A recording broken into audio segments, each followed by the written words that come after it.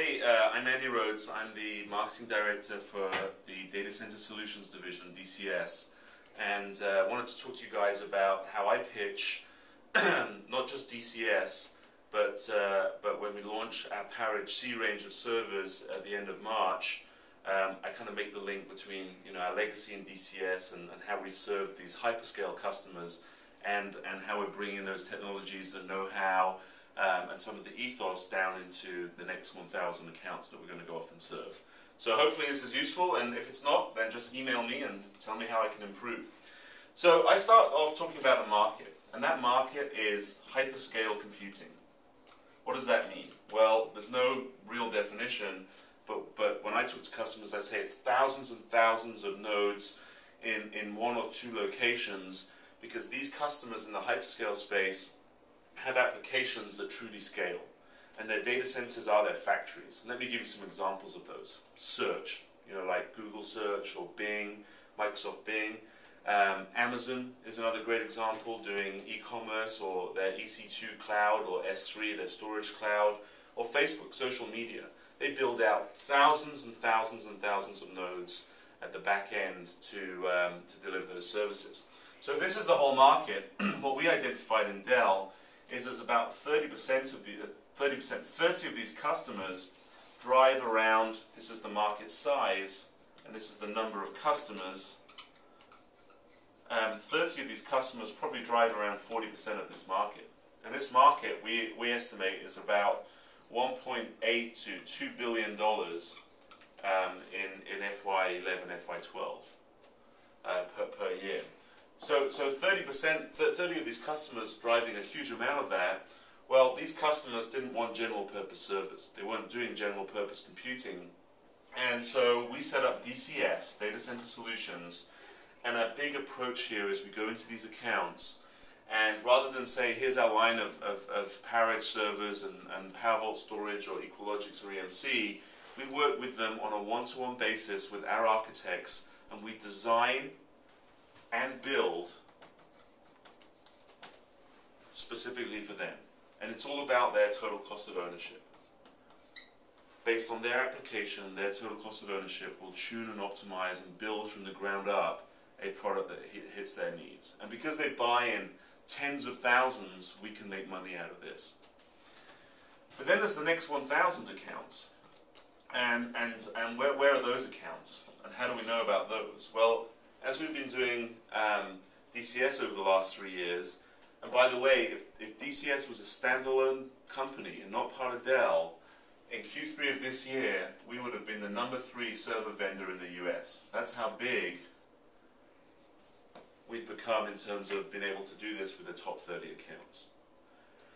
But what we found was a lot of accounts below these 30 heard about our products through leaks or talking to peers, and they wanted the product set that we designed here, and they wanted to take advantage of it.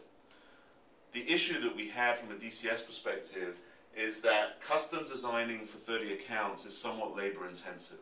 And so to scale the business and be able to service 1,000 accounts with the same products, and I'll talk a little bit about the products in another series, but to be able to go and service these accounts, we needed a more mainstream way of taking the products to market.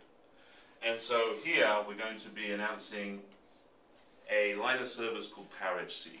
And effectively what we've done is we've taken 5 or 6 of the designs here, and we've put them through a more Dell normal supply chain, a more Dell normal order process, and a more Dell normal support process. And so more people will be able to sell, and more people will be able to buy these Parage C products. They're not mainstream, so they're not for every customer, but more of you guys in the sales force will be able to sell them. Now let's talk about the difference between Parage C and Parage. So the first major difference is that these products are hyperscale optimized or inspired, and so they're for very, very specific use cases. And those use cases could be HPC, very, very large scaled out clusters, Web 2.0, so firms that are starting up and have web services, I would also put SaaS, software as a service, under this bucket as well. So any SaaS companies.